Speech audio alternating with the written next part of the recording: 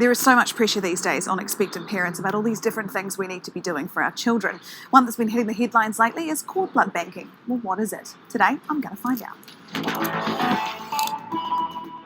So Jenny, tell us what exactly cord blood banking is. So cord blood banking is the collection of the umbilical cord blood stem cells that are in a newborn's umbilical cord when they're born. And what's so special about those cord blood stem cells is that they're sort of turbocharged and completely precious, because the only time you can collect them is when the baby's born. When in a child's life might you need their cord blood? Yeah. So I think parents that decide to do this really are deciding to sort of protect their child's future health, and no one knows whether they're going to need it when they're 4 years old or 40 years old or 80 years old. But once they're stored at Cord Bank, then you know that they're available regardless of what happens in your life and regardless of when you need them.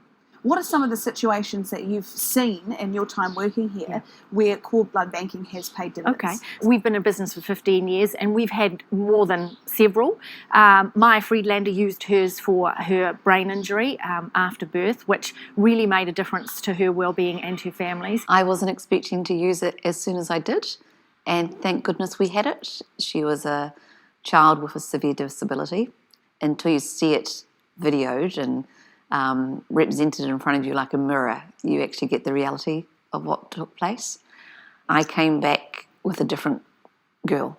It was like two different children. Maya had her umbilical cord blood reinfused into her body. Prior to the procedure, Maya's eyes were blue-grey, but glassy, not in focus. I thought she said mama and things like that because she had a twin who did a lot of talking for her. And then after the actual infusion into her body, her eyes went crystal clear and in focus, and I actually got to hear mama.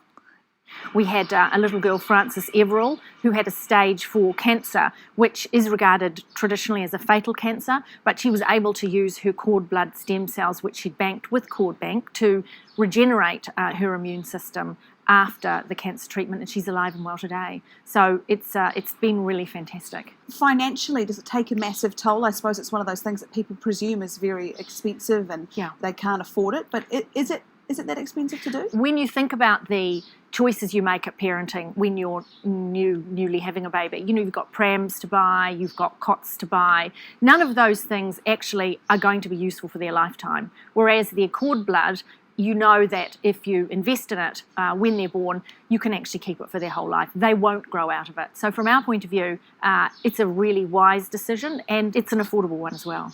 Because we have an ACC system, when someone has a brain injury at birth, if they don't have their cord blood, then the cost of caring for that person through their life has been estimated as $35 million. And that isn't $35 million that's going to fix them. It's $35 million just to care for them.